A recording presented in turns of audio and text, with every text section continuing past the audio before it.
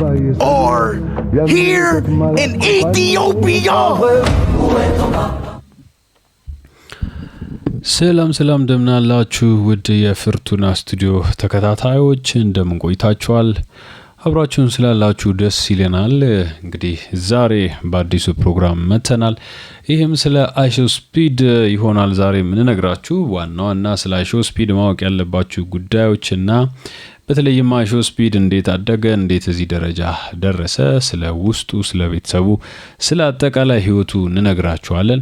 በተለይም ኢትዮጵያ ውስጥ መጥቶ ስለገጠመው ጉዳይ፣ ግብጽ ሄዶ ስላጋጠመው አነጋጋሪ ነገር፣ በተለይም የኢትዮጵያውያን አይሾስፒድ ካገኘው በኋላ ስለተፈጠሩ ነገሮች፣ ኢትዮጵያውያን ቲክቶከሮችስ ምን አጋጠማቸው፣ በእርግጥ ከሱ ጋር ለመገናኘት የጣሩበት ዋነኛ ምክንያትስ ምን ነበር፣ ኢትዮጵያውያን ቲክቶከሮች በእርግጥ የሚገባቸው እውቅና ላይ ነው ያደረስናቸው፣ አንዳንድ የታዘብናቸውንና ጉዳቸውንም ያወጡ ጉዳዮች ይዘናል። አብራችሁን ስትቆዩ እነዚህን ሁሉ ትሰማላችሁ። ቻናላችንን ላይክ፣ ሼር፣ ሰብስክራይብ ይገባዋል። ይሄን በማድረግ ከኛ ጋር ሁኑ፣ አብራችሁን ቆዩ። አይሾስፒድ እውነተኛ ስሙ ዳረን ዋትኪንስ ጁኒየር ይባላል። እንደ አውሮፓውያን አቆጣጠር ጥር 21 2005 አሜሪካ ኦሃዮ ውስጥ የተወለደ ነው። አሁን እንግዲህ የ20 ዓመት ልጅ ነው ወይም ወጣት ነው። እንግዲህ አይሾ በጣም ታዋቂ የዩቲዩብ ቀጥታ ስርጭት አቅራቢ ነው ወይም ስትሪመር ነው። ተጫዋች ሲሆን በተለይም ጌሞችንና ዘፈኖችን በቀጥታ በመጫወት ይታወቃል። በቪዲዮቹ ላይ በሚያሳየው እጅግ ከፍተኛ ጉልበት ወይም ኢነርጂ በመጮህና ያልተጠበቁ ድርጊቶችን በማድረግ የሚታወቅ ነው። አይሾስፒድ በተለይም የክርስቲያኖ ሮናልዶ ቁጥር 1 አድናቂ በመሆኑ በዓለም ዙሪያ በሚሊዮኖች የሚቆጠሩ ተከታዮችን አፍርቷል ማለት ነው። ከዚህ ሁሉ በኋላ እንግዲህ ያሁኑ የኢትዮጵያውና የአፍሪካውን ጉዞ በተመለከተ ብዙ መረጃዎች እየወጡ ናቸው። ስፒድ ዳዝ አፍሪካ የተሰኘ ትልቅ የጉዞ መርሃ ግብርን እያከናወነ ይገኛል።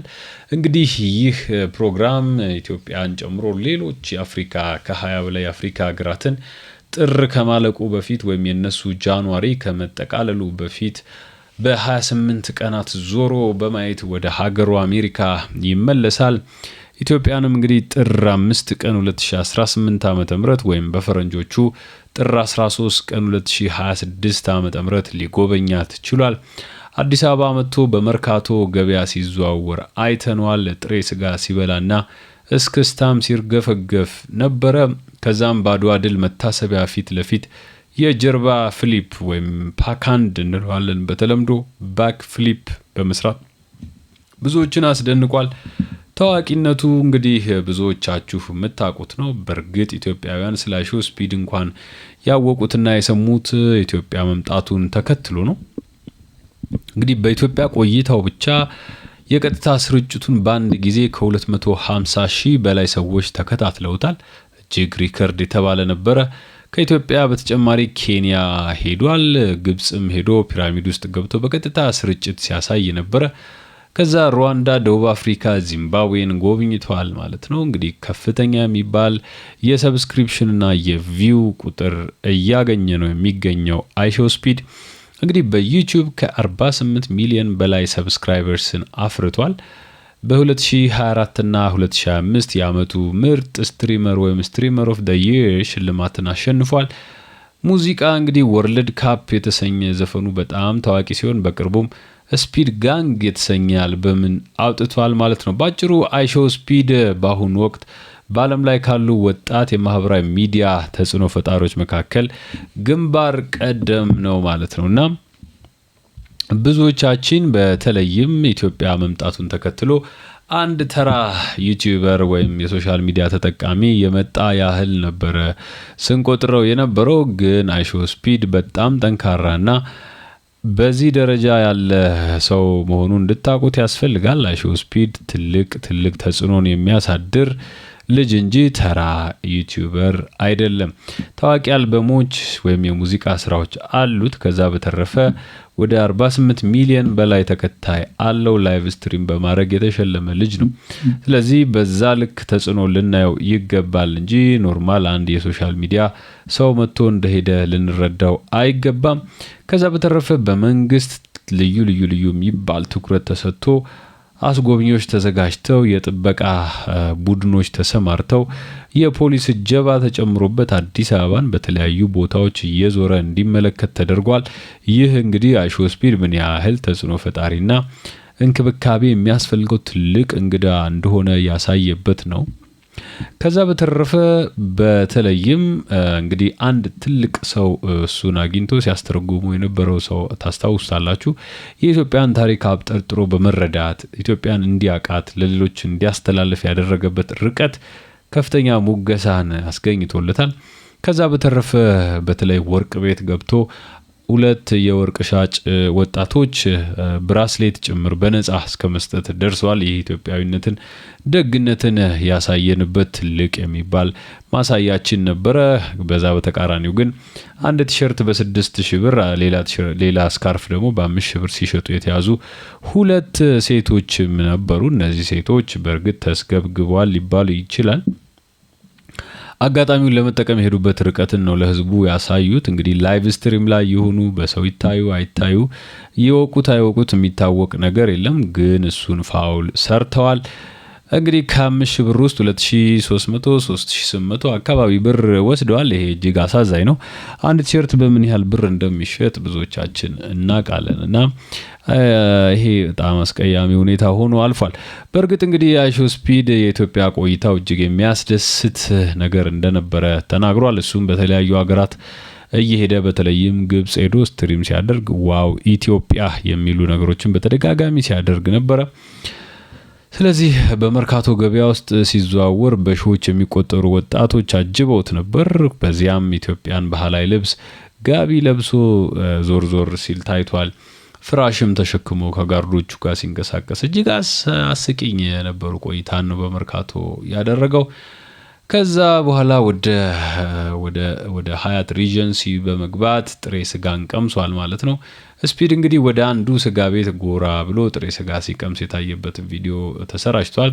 ስጋውን ከበላ በኋላም እንግዲህ በጣሙ መገረሙን ገልጿል። ኋላ ላይ ግን በጥሬ ስጋው የተነሳ ይመስለኛል ብዙ ሰዎች እንደሚናገሩት ማለት ነው ታሞ ላይቭ ስትሪሙን እስከ ማቋረጥ ደርሶ ነበር። እንግዲህ የዚምባብዌው አይሾስፒድ የሚሉት ማለት ነው ጃኒ ፖፑላር ይባላል። ጃኒ ፌመስ ሰው ነው በዚምባብዌ። እሱ እድሉን ወስዶ ስትሪም ሲያደርግ ቆይቷል። በእርግጥ ጃኒ እንግሊዛዊ ዜግነት አለው። አሁን በድንገት ዚምባብዌ እንደመጣ ከአይሾስፒድ ጋር ስለተገናኙ እንጂ እንግሊዛዊ ዜግነት ያለው ሰው ነው። እንግዲህ እሱ ከኢትዮጵያ አይሾስፒድ ጋር ቁጭ በማለት ስትሪሙን ሲያደርጉ ነበር። በእርግጥ የኢትዮጵያ አይሾስፒድ በቋንቋ ምክንያት ብዙ ሊናገር እየፈለገ ያልተናገራቸው ነገሮች አሉ። እንግዲህ ያንን አድርጓል። ከዛ በአድዋ ድል መታሰቢያም ከፍተኛ የሚባል ቆይታን ነው ያደረገው ከህዝቡ ጋር። በአዲሱ የአድዋ ድል መታሰቢያ ፊት ለፊት ዝነኛ የሆነውን የጀርባ ፍሊፕ ወይም ባክ ፍሊፕ በመስራት ለኢትዮጵያ ያለውን አድናቆት ገልጿል። በቆይታው ወቅት እንግዲህ የነበረው የደጋፊዎች ብዛት ከመጠን በላይ በመሆኑ የጸጥታ አካላት ስፒድን ለመጠበቅ ከፍተኛ ጥረት ሲያደርጉ ነበር። ከፍተኛ የሚባል ጥረትን ሲያደርጉ ነበር ማለት ነውና ስፒድ ዳዝ አፍሪካ የተሰኘው የጉዞ ፕሮግራም አሁንም እንደቀጠለ ነው። በተለይም በቀጥታ ከኢትዮጵያ ወጥቶ ወደ ግብጽ ነበር ሄደው ከኢትዮጵያ በመቀጠል ወደ ግብጽ ያመራው አይሾስፒድ በዚያም በታላቁ የጊዛ ፒራሚድ ግሬት ፒራሚድ ኦፍ ጊዛ የሚባለው ማለት ነው የቀጥታ ስርጭት በማድረግ የመጀመሪያው ሰው በመሆን ሪከርድን ጨብጧል ማለት ነው። ከዛ በኋላ ግን ወደ ናይጄሪያ እንደሚሄድ ተነግሯል። በመጪዎቹ ቀናት ወደ ናይጄሪያ አቅንቶ ስትሪሙን በዛው ያደርጋል። በናይጄሪያ በጣም ብዙ ደጋፊዎች ስላሉት የጉብኝቱ የጉዞ ትልቁና ከፍተኛ ግርግር የሚታይበት እንደሚሆን ይገመታል። ምክንያቱም ከናይጄሪያ በጣም ከፍተኛ ትስስር አለው። ከናይጄሪያ በመቀጠል ወደ ጋናና ሴኔጋል አምርቶ ወደ ሀገሩ የሚሄድበት ስኬት ይጠበቃል ማለት ነው። እንግዲህ በኢትዮጵያ ያገኘው ከፍተኛ የሚባለው ስኬት ሪከርድን ሰብሯል። በኢትዮጵያ በነበረው የአንድ ቀን ቆይታ ብቻ በዩቲዩብ ቻናሉ ከ400,000 በላይ ሰብስክራይበሮችን አግኝቷል። ይህ በጉዞ ካገኛቸው ከፍተኛ ውጤቶች አንዱ ነው።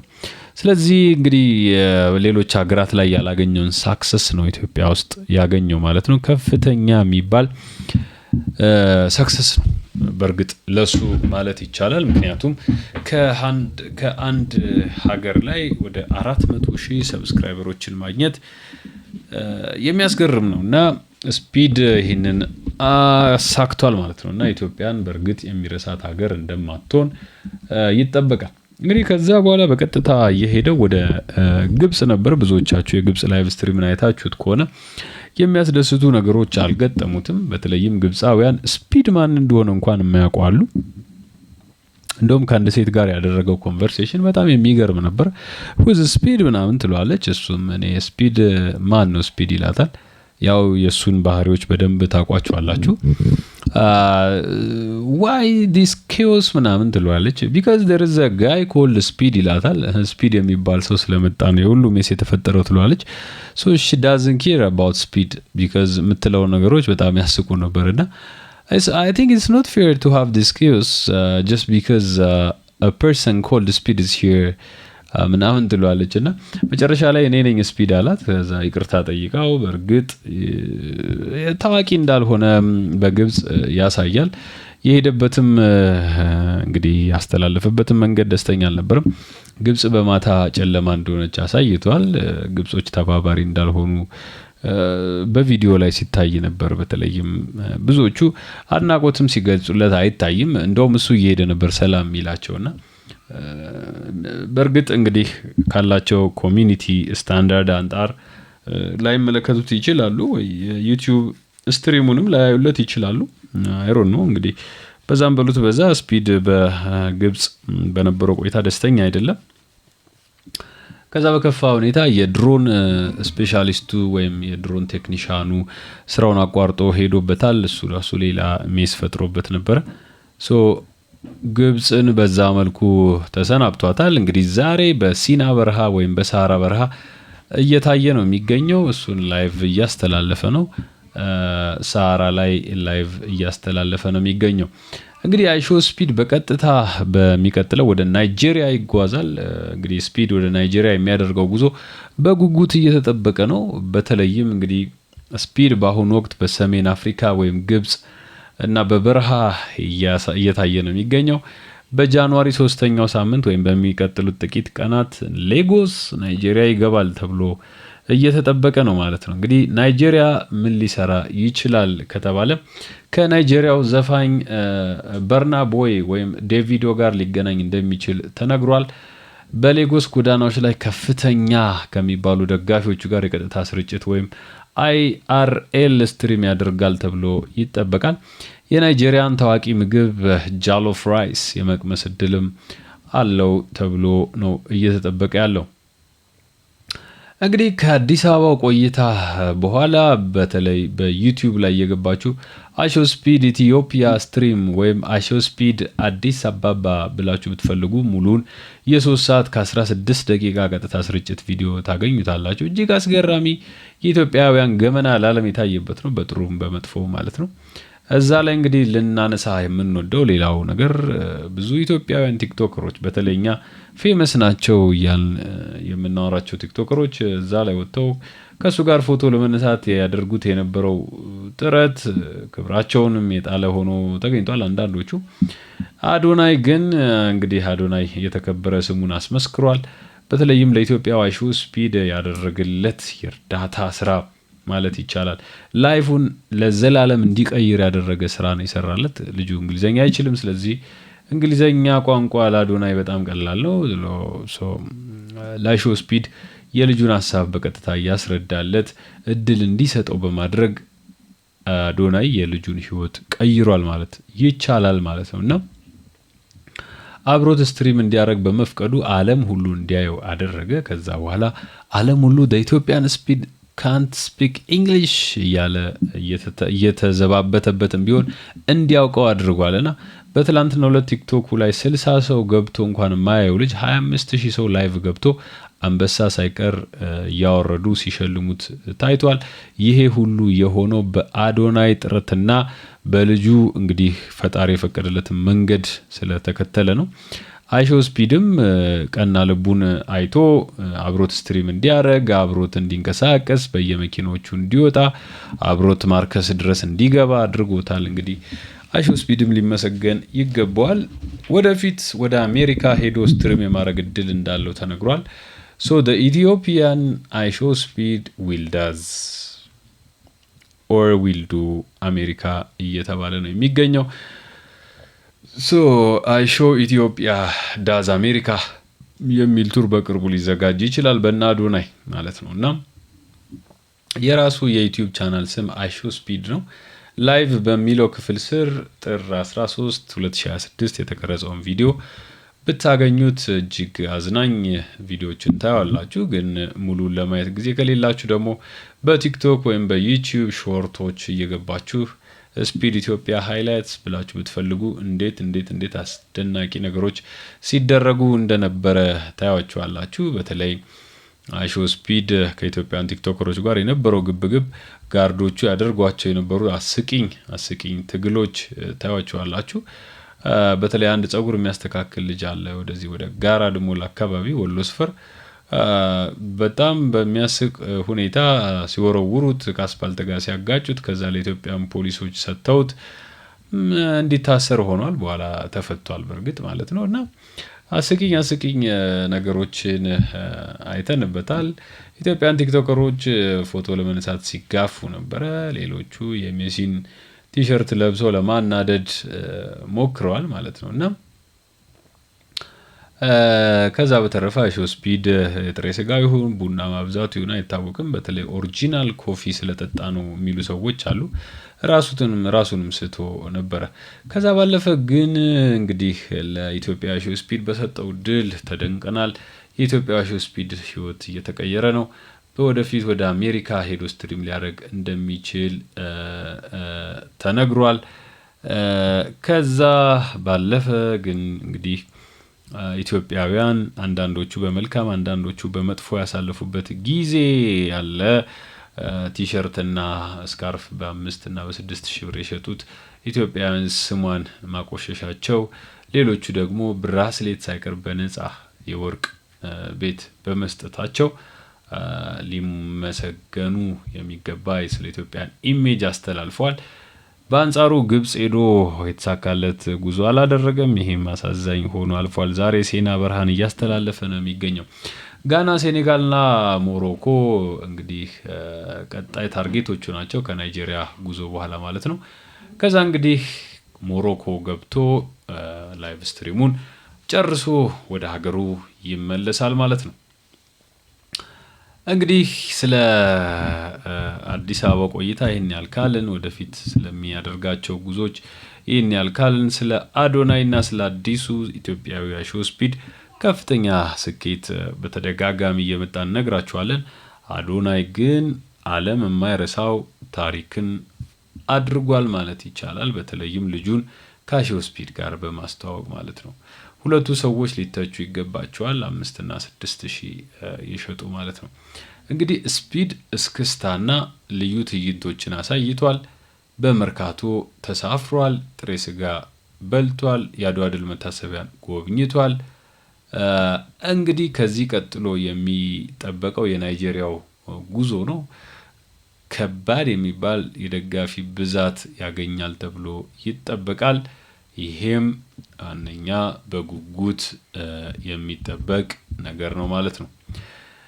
እንግዲህ ብዙዎች ውስጥ ተነጋገሩበት የነበረው ደግሞ የኢትዮጵያ አይሾ ስፒድ ቋንቋ አለመቻል ነበር። ቋንቋ አለመቻሉ በእርግጥ ጎድቶት ሊሆን ይችላል።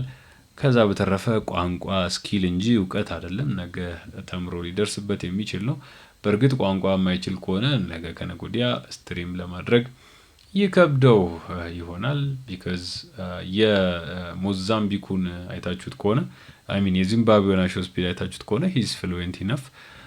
በእርግጥ እንግሊዝ ሀገር ስለሚኖር ብዙ ነገር አግዞት ይሆናል ተብሎ ነው የሚታሰበው። ግን ፍሉዌንት ነው በጣም በእንግሊዘኛው እና በኢትዮጵያ አይሾ ስፒድ ላይ ሙድ ለመያዝ ሲሞክር አይታችሁታል። በተለይ ስለ እንሰት ንገረን ዩር ኢትዮጵያን ራይት ሶ አማርኛ ታነባለህ ቴል አስ አባውት ዲስ ሂስትሪ ምናምን እያለው እና ያኛውም እንግዲህ ስለ እንሰት እንሰት ራይት ምናምን እያለ ነበር እና በዛ ሰዓት እያሉ ሁለቱም እንደተረዱት ለማስመሰል በእርግጥ ልቦናውን ተረድተውታል። ሁለቱም ንጹህ ልብ ነው ያላቸው። ያንን ሲያደርግ ያየነው ልጅ ማለት ነው። እሱ እንግሊዘኛም በደንብ ይችላል። ያንን ሲያደርግም አይተነዋል። ስለዚህ የዚምባብዌውም ወደ እንግሊዝ ይሄዳል፣ ይሄኛውም ወደ አሜሪካ የሚሄድበት እድል እንዳለ እየተነገረ ነው። ከዛ ውጪ አሾ ስፒድ በግብጽ የነበረውን አጭር ቆይታ እንንገራችሁና የዛሬውን ፕሮግራም እናበቃለን። አሾ ስፒድ በትላንትናው ዕለት ወደ ግብጽ ካይሮ በመሄድ እስካሁን ድረስ ካደረጋቸው ስርጭቶች ሁሉ እጅግ ታሪካዊ የተባለለትን ስራ ሰርቷል። ይሄ ምንድነው? የታላቁ ፒራሚድ ታሪካዊ ስርጭት ነው። ስለዚህ ስፒድ በግብጽ በነበረው ቆይታ በዓለም ላይ ካሉ 7 ድንቆች አንዱ በሆነው በታላቁ የጊዛ ፒራሚድ ወይም ግሬት ፒራሚድስ ኦፍ ጊዛ ውስጥ በመግባት የመጀመሪያውን የቀጥታ ስርጭት ወይም ላይቭ ስትሪም በማድረግ ታሪክን ሰርቷል። እንግዲህ ልዩነቱ ቀደም ሲል እንደ ሚስተር ቢስት ያሉ ዝነኞች ፒራሚድ ውስጥ ገብተው ቢቀደዱም ስፒድ ግን በፒራሚዱ ጠባብ ዋሻዎችና ክፍሎች ውስጥ ሆኖ የቀጥታ ስርጭት በማስተላለፍ የመጀመሪያው ሰው ሆኗል ማለት ነው። ስለዚህ ይህንን የታሪክ ስርጭት ከ3.5 ሚሊዮን በላይ ሰዎች ተከታትለውታል። ሌሎች ትዕይንቶች እንግዲህ በባህላዊ አልባሳት ግብጽ ውስጥ ዞር ዞር ሲል ታይቷል። በጉብኝቱ ወቅት የግብጽን ባህላዊ ልብስ ወይም ጀለብያ ለብሶ ታይቷል። በግመል ላይ ሆኖ የግብጽን ባንዲራ አውለብልቧል። ከዛ በተረፈ ኮሸሪ የሚባለውን ባህላዊ የግብጽ ታዋቂ ምግብ በመቅመስ አድናቆቱንም ገልጾላቸዋል። ሌላው ግርግር ብዙ አይደለም። ልክ እንደ አዲስ አበባ ሁሉ በካይሮም በሺዎች የሚቆጠሩ ደጋፊዎች ቢያጅቡትም ግን እንደ ኢትዮጵያው በሚጠበቀው መልኩ አልነበረም። የሃን ኢል ካሊሊ ገበያ ውስጥ ሲዘዋወር በደጋፊዎች ብዛት መንገዶች ተዘግተው ነበረ። ሌላው የአርኪኦሎጂ ሰዎች ሊያስረዱት የሞከሩት ጉዳይ ነበር። ስፒድ ከታዋቂው የግብጽ አርኪኦሎጂስቶች ጋር በመሆን ስለ ፒራሚዶቹ አሰራር ታሪክ ገለጻ ተደርጎለታል። በስርጭቱም ላይ ስለ ጥንታዊ ግብጽ ስልጣኔ ትልቅ አድናቆት እንዳለው ተናግሯል። እንግዲህ አሁን ስፒድ ወደ ናይጄሪያ ሊያቀና እየተዘጋጀ ነው። የዛሬውን በረሃ ስርጭት ከጨረሰ ማለት ነው። እንግዲህ ወደዛ ሄዶ የሚያሳየውን ደግሞ በሰፊው እናቀርብላችኋለን። እንግዲህ ናይጄሪያ ትልቅ ፋን ቤዝ ወይም የደጋፊዎቹ መሰረት ተብሎ የሚወሰድ ሀገር ነው። እንግዲህ በግብጽ ከፒራሚዱ በኋላ የግብጽንም ዳንስ ወይም ቤሊ ዳንስ የሚባለውን በካይሮ ጎዳናዎች ላይ ከግብጻውያን ጋር በመሆን ባህላዊ ውዝዋዜዎችን ለመለማመድ ሞክሯል። ልክ እንደ አዲስ አበባ ሁሉ እነዚህም በራሳቸው መንገድ ሊጨፍራቸው ነበረ ማለት ነውና የፖሊስ ጥበቃም ነበረው። በካይሮ ያለው ደጋፊ ብዛት በጣም ከፍተኛ ባይሆንም ቱሪስቶች ፖሊሶችን በልዩ ሁኔታ ሲጠብቁ ስለነበር ያን ያደርጋሉ ማለት ነው። እንግዲህ የናይጄሪያው ጉዞ በጉጉት ይጠበቃል። ኢትዮጵያውያን እንግዲህ ሪኮርዳችንን እዛ ላይ የምናጣ ይመስለኛል። ምክንያቱም ናይጄሪያውያን በመንግስት ደረጃ ሳይቀር ተዘጋጅተው ሊቀበሉት ጨርሷል። ስፒድ አሁን ከግብጽ ተነስቶ ወደ ናይጄሪያ ሌጎስ ለመግባት ጥቂት ሰዓታት ብቻ ነው የቀሩት።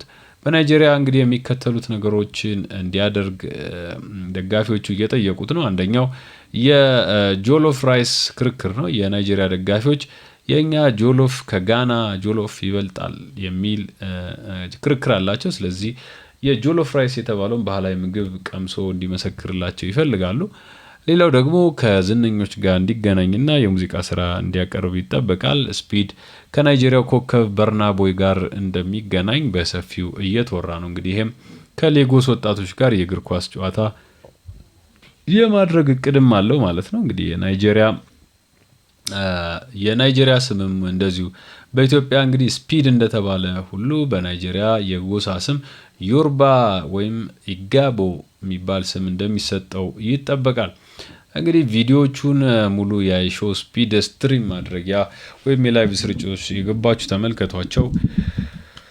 በዚህ ስርጭት በጥቅሉ አዶናይ ሊመሰገን ይገባዋል። የእንግሊዘኛ ተርጓሚውም ሰው ሊመሰገን ይገባዋል። አይሾ ኢትዮጵያ ህይወቱን ቀይሯል። አይሾ ስፒድ ንጹህ ልብ የተሰጠው ሰው እንደሆነ በዛ አሳይቷል ማለት ነው እና ኢትዮጵያ ሪከርድ በናይጄሪያ እስኪሰበር ድረስ የምናየውና የሚቆይ ነው የሚሆነው።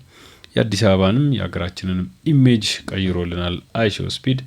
ወደፊት እንግዲህ እነ ሚስተር ቢስት እና ሌሎችም ላይቭ ስትሪመሮች የሚመጡ ከሆነ የምናየው ነው የሚሆነው። ክቡራትና ክቡራን አብራችሁን ስለነበራችሁ እያመሰገንን ተከታታይ ዘገባዎችን የምናቀርብላችሁ ነው የሚሆነው በዚህ ዙሪያ። አብራችሁ ስለነበራችሁ እናመሰግናለን። ቻናላችንን ላይክ፣ ሼር፣ ሰብስክራይብ አድርጉ። ቋሚ ቤተሰብ ሁኑ። ሌሎች ተጨማሪ ነገሮች ሲወጡ በቀጥታ የምርመራ ዘገባዎችንን በመስራት ሌሎች መረጃዎችን በማገላበጥ ወደ እናንተ የምናደርስ ነው የሚሆነው። ስለዛሬ ቆይታችሁ ግን እናመሰግናለን። ሰናይ ጊዜ ይሁንላችሁ።